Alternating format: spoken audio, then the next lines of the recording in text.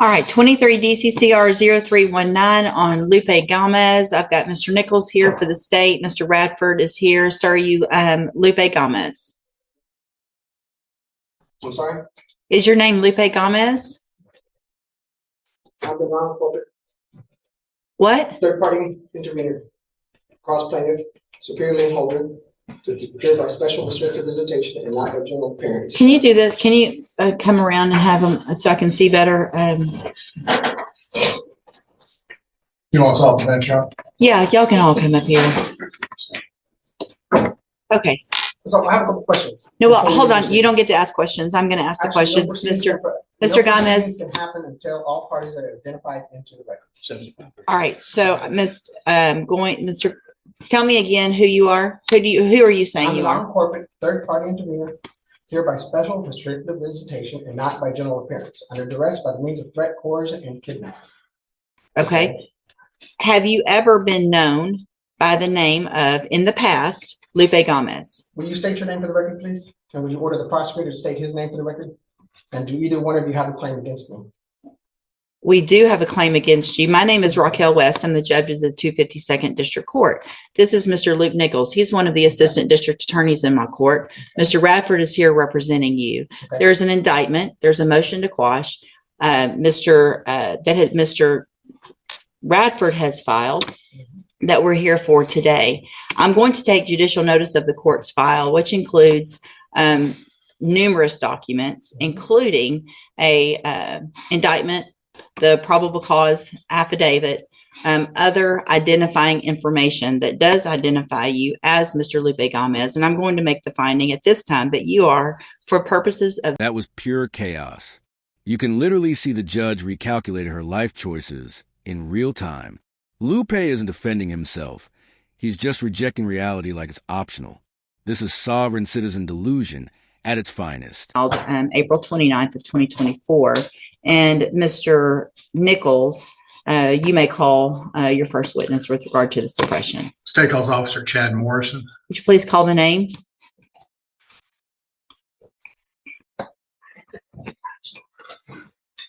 Officer Chad Morrison.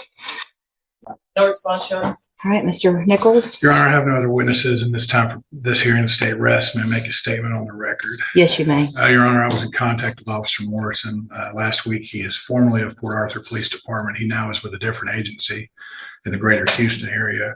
He indicated he is on injury leave at the moment and would not be appearing for this hearing. He was also on injury leave and was unable to appear last time we were set for this hearing, approximately 2 months ago, maybe in May. So that at this point, the state has no other option but to rest in this hearing and present no other evidence. All right. Anything, Mr. Radford? No, ma'am. Well, based on that, then, unfortunately, I have no choice at this point, which is unfortunate that the officer won't comply with showing up, but I'm going to grant the motion to suppress evidence in the case based on the fact that there's no evidence today presented. Is there anything else, Mr. Radford? We'd ask that the court dismiss the case, but I think Mr. Nichols is already preparing that. I'll tender dismissal of the court, Your Honor. All right, Mr. Gomez, I have granted Mr. Radford's motion to suppress because the officer didn't show up. What that means is there's obviously no evidence that would be able to be presented in your case. Mr. Nichols, it looks like, is going to present a dismissal based on the fact that there won't be any evidence, and I'm going to sign that. Your case will be dismissed. Know what's wild? The whole case collapsed because the cop just didn't show up twice. No witness, no evidence, no case. Meanwhile, Lupe is sitting there smug, like he just beat the system. But this wasn't a win. It was a technical fail. Back with the bailiff. The bond money, being that the case has been dismissed, the bond money was to be returned. Did you pay a cash I bond? paid cash, $5,000. But you're back in custody. You're right. But I still pay. The case is this. Yeah, that you can take that up with the district clerk once you're released. All right. May I be excused? Yes, if you'll please get me an order. I'm going to make a notation on this, but if you'll send an order. Now Lupe wants his bond money back. Bro, you were calling yourself a holder in due course 5 minutes ago. Let the clerk handle it. You've done enough courtroom freelancing for today. One this afternoon. All right, thank you. Mr. Escalates, when did you smoke pot? Why would you do that when you know you're coming to court for a second-degree felony offense?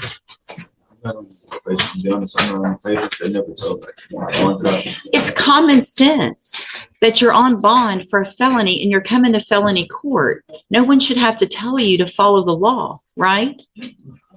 I'm going to raise your bond it is a bond condition that you follow the law. So when you made bond, part of your conditions was that you follow the law. You haven't followed the law.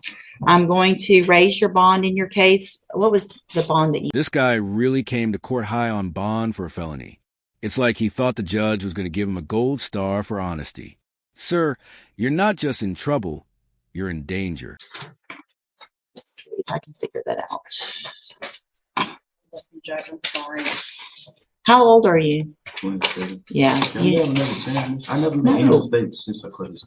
I paid all the time, came to court on time. Are you working? I'm just lost my job recently for transportation. What I'm saying, I have a newborn, man. My daughter's 3 months. I'm trying my best. You're trying how are you hold on.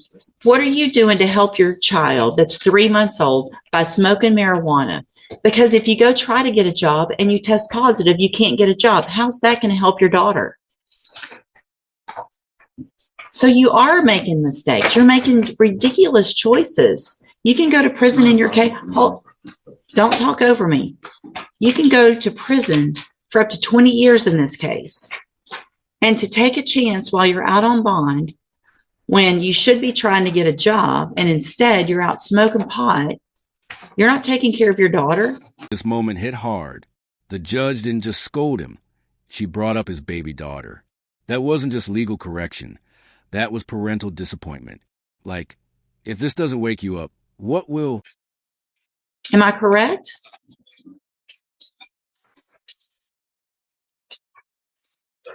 Judge,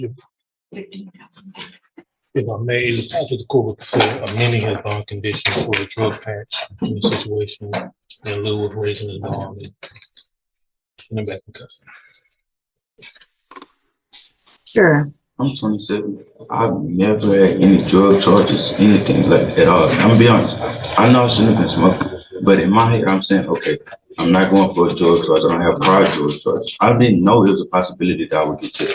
It's not a problem for me to start smoking. It's not. I could have a tattoo. The bond's been paid on time. I'm not a bad person. Okay. I just thought, okay, you're not. Here's the thing. If you can take care of all those things, then you can also hire a lawyer. I'm just not working. I could have a tattoo. I just stopped working. Just stopped. Let's say my daughter's 3 months. I was working as a certified surveyor. So, but there's other companies out there that you could be looking to get a job, and they're not going to take you if you're testing positive. So I'm not saying you're a bad person. Most of the people here that are in front of me aren't bad people. They're people who are making very bad choices, which is what you've done, right? Probably on more than one occasion. So if you don't have a problem doing that, I mean, we've got a couple of things going on here. Number one, if you were working for Zachary, I'm not real sure why I appointed you an attorney back when. Okay. He swears he doesn't have drug issues until the prosecutor pulls out receipts like, you tested positive twice during probation for weed and barbiturates. Bruh, you're arguing with your history. You should already, if you have all those certifications, there are other companies out there. You don't have criminal history right now. You should be able to get a job. He is already a felon. Robbery. I'd like to point out to the court, when he was on probation for that robbery, one of the allegations on his motion to revoke, for which he was revoked and given 10 years, was 2 positive samples, one for tetrahydrocannabinol and all the other for barbiturates. So he at least has some problems with drugs. I was 16. I didn't quite know cases as an adult. Well, you just said you never had any drug problems. I never. Just as you said, I felt it. 9 years ago, but I was a baby. I don't remember. And you've been Okay, but now you're not a baby and you're still making the same bad decisions. So listen, here's what we're going to do. If you want to really do what you say you can do, then you're going to get out there and you're going to get busy and you're going to do it. Otherwise, you're going to be in jail. Couple things. Your bond conditions are modified to order that you have a drug patch. You get that drug patch within 24 hours. The initial drug patch obviously is going to test positive, but it shows me quantities, not just that it is, but it's going to qualify it on how much is in your system. Every drug patch, you get it changed every 2 weeks. If you miss one, if you test positive, obviously, then you're going to have a warrant for your arrest and you're going to go back to jail. Do you understand? If that amount is not going down, you will be back in custody. In addition, you will go find a job. You will prove to me that you are doing that. You need to apply for at least 3 jobs a week. You need to be applying for 20 jobs a week. If you really want to take care of yourself and your child, then you should be out there hitting the pavement every single day, finding a job. Clean up, test negative, go get a job if you have these certifications. Prove that you're not still 16 and making those stupid decisions. All right? I'm going to reset your case. You need to stay in touch with Mr. Lewis. I want proof by tomorrow that you have the drug patch. Mr. Lewis, your bondsman can let you know where you can go get that on. As soon as you leave here, call the bondsman. Actually, before you leave, the probation officer has a list of places that has it. She's going to give it to you right there at that desk. She'll give you a list. You need to go get that on. You need to get a job, start making some money, and potentially be hiring your own attorney. Right now, Mr. Lewis is going to remain your attorney, but I want you to be working on all of those things. Take care of your business. All right? Thank you so much. All right. This is your only chance on this kind of stuff. Okay. You're free to go. Thank you, Judge. This was the judge giving him a manual for survival. Get the drug patch, apply for jobs, and prove you can change. You could feel her trying to reach the part of him that still wants better, and honestly, I hope he listens.